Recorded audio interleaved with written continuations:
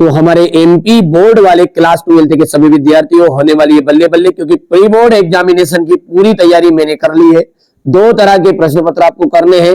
ये पेपर आपको pre board में तो मदद करेंगे ही करेंगे अच्छा स्कोर करने में, लेकिन वार्षिक के लिए भी बहुत ही ज्यादा इंपॉर्टेंट है। ठीक है, दोनों का काम हो जाएगा, तो मेहनत ऐसी करो जो थोड़ा सा वार्षिक परीक्षा में भी आपको सहयोग करे। तो चलिए शुरू करते हैं। ठीक है, पूरी चीजें समझाऊंगा, मेरी जवाबदारी। ये दोनों प्रश्न पत्र कर लो, प्री बोर्ड का पेपर पूरा फंसेगा, प्लस 40 से 45 नंबर इसमें से वापस आपका वार्षिक में रिटर्न होगा। ठीक है, मेहनत तो करना पड़ेगा बेटा। तो चलिए, वायु का परावैद्युतांक होता है, वायु का जो परावैद्युतांक होता है कितना होता है, तो वायु का परावैद्युतांक तो 1 होता है वायु का परावैद्युतांक। ठीक है, किसी एक तार का विशिष्ट प्रतिरोध निर्भर करता है, एक जो तार है उसका विशिष्ट प्रतिरोध निर्भर करेगा, तो किस पर निर्भर करेगा, तार का विशिष्ट प्रतिरोध लंबाई पर, व्यास पर, द्रव्यमान पर, कि पदार्थ पर, किस पर, तो ये पदार्थ पर उसका, ठीक है, निर्भर करेगा। एक वृत्तीय धारावाही लूप के कारण उत्पन्न चुंबकीय क्षेत्र की जो दिशा है, एक वृत्तीय धारावाही लूप के कारण जो आपकी, ठीक है, उत्पन्न चुंबकीय क्षेत्र की जो दिशा होगी वो किस पर होगी, ठीक है, तो लूप के तल में सकेंद्री होने वाली है। ठीक है,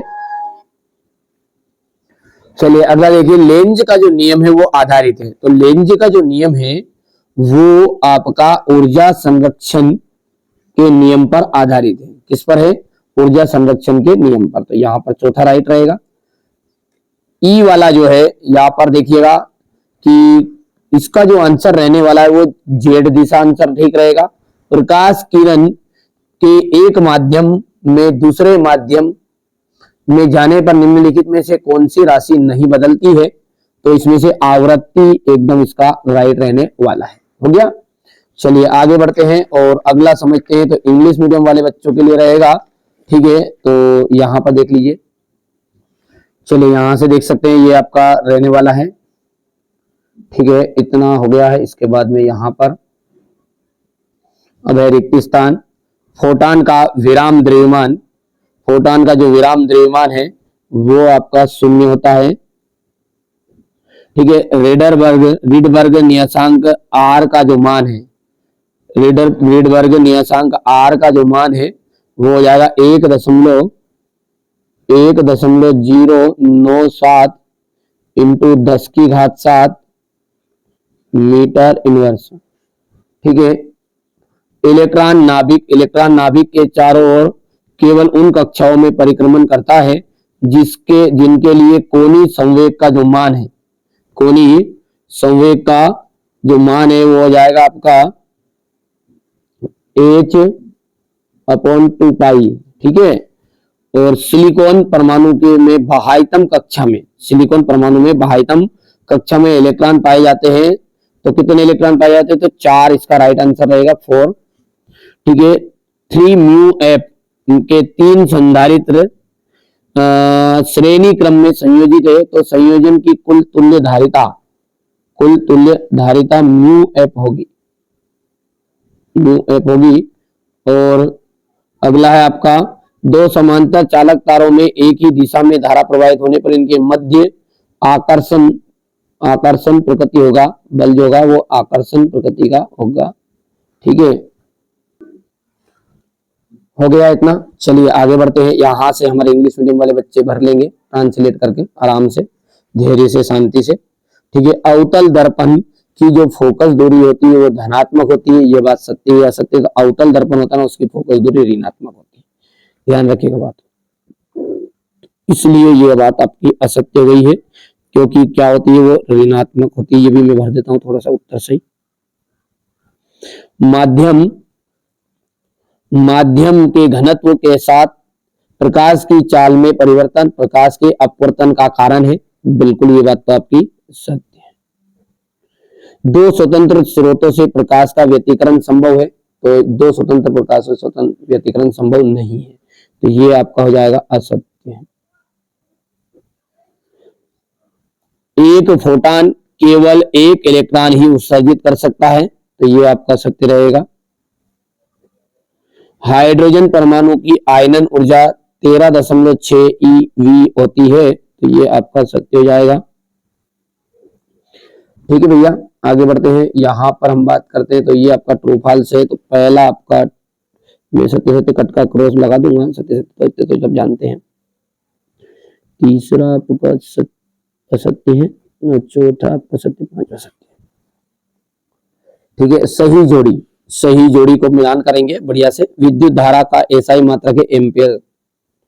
चालकता कहा जाएगा ओम इनवर्स, ध्यान रखना इसमें से वार्षिक एग्जाम में भी आएगा बेटा, इसमें से देखते हैं ना।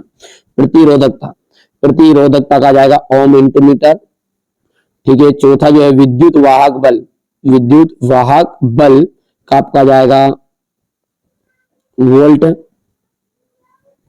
चुंबकीय फ्लक्स,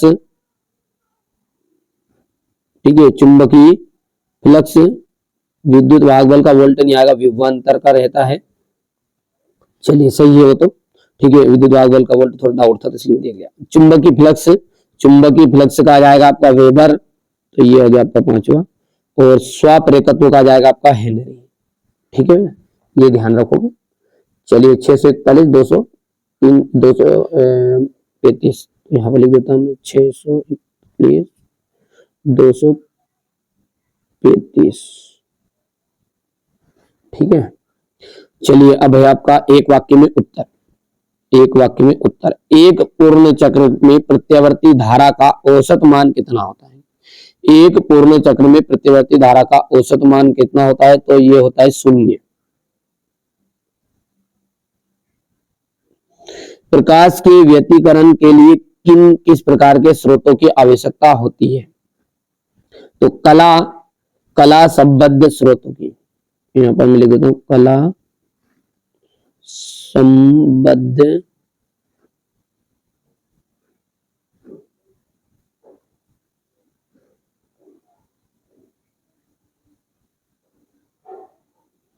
स्रोत की। ठीक है, और अगला है आपका, किसी परमाणु की स्थायी कक्षा किसे कहते हैं? जिसमें घूमते हुए इलेक्ट्रॉन ऊर्जा उत्सर्जित नहीं करता। जिसमें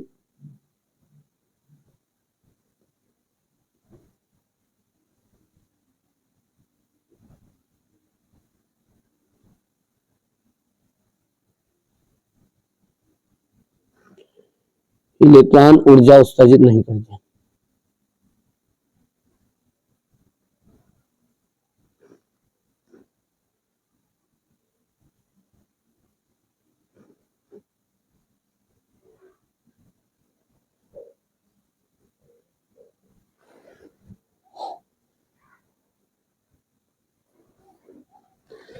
ठीक है, सूर्य का प्रकाश विद्युत क्षेत्र अथवा चुंबकीय क्षेत्र में विक्षेपित क्यों नहीं होता है? ठीक है, तो सूर्य का प्रकाश फोटानों में मिलकर बना होता है, फोटानों में कोई आवेश नहीं होता। ठीक है, तो इसका आंसर अपन चौथे का कहां पे लिखे? यहाँ पे लिख देते, थोड़ा सा जगह है। चौथे का उत्तर अपन यहाँ पे लिखते हैं कि सूर्य प्रकाश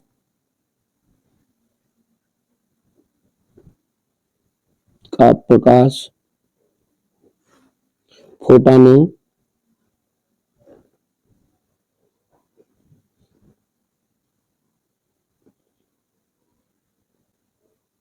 मिलकर बना होता है।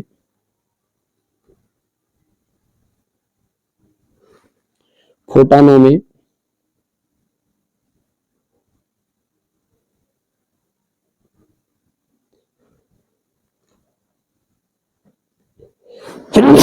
कोई आवेश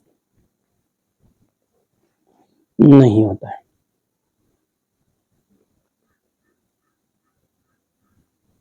हो गया इतना? चलिए यहां से आपको थोड़ा सा छोटा कर दो ताकि सारी चीजें निकल जाएगी आज। चौथा की बेटा समझ, नीले व लाल रंग के प्रकाश में कौन से रंग का प्रकाश प्रिज्म द्वारा अधिक विचलित होता है? तो नीला। इसका आंसर आपको पांचवे का नीला याद रहेगा। अच्छा स्क्रीनशॉट ले लो, इंग्लिश मीडियम वाले बच्चे भी बढ़िया से यहां से इसका उत्तर देख लेंगे। हो गया?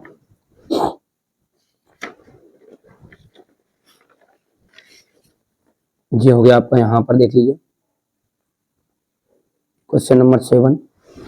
ठीक है, ये क्वेश्चन नंबर 8 आपका रहेगा। ठीक है भाई, चाहे एमपी के कोई से भी जिले से आप 2 प्रश्न पत्र कर लो, अच्छा स्कोर कर पाओगे, कोई दिक्कत नहीं है। ठीक है, अच्छा पेड कोर्स में जुड़ना चाहते हो बेटा, डिस्क्रिप्शन में नंबर है, कॉल कर लो, बहुत ही कम मौका है। ठीक है, आपके पास समय कम बचा है। ठीक है, यहाँ से नामात्र चार्ज रहेगा, पेड एप्लीकेशन में जुड़ जाओ। वार्षिक के लिए तो बिल्कुल अभी भी मौका है, अभी भी मौका, मत खाओ धोखा। ठीक है, चलिए यहाँ पर हो गया है क्वेश्चन नंबर 18।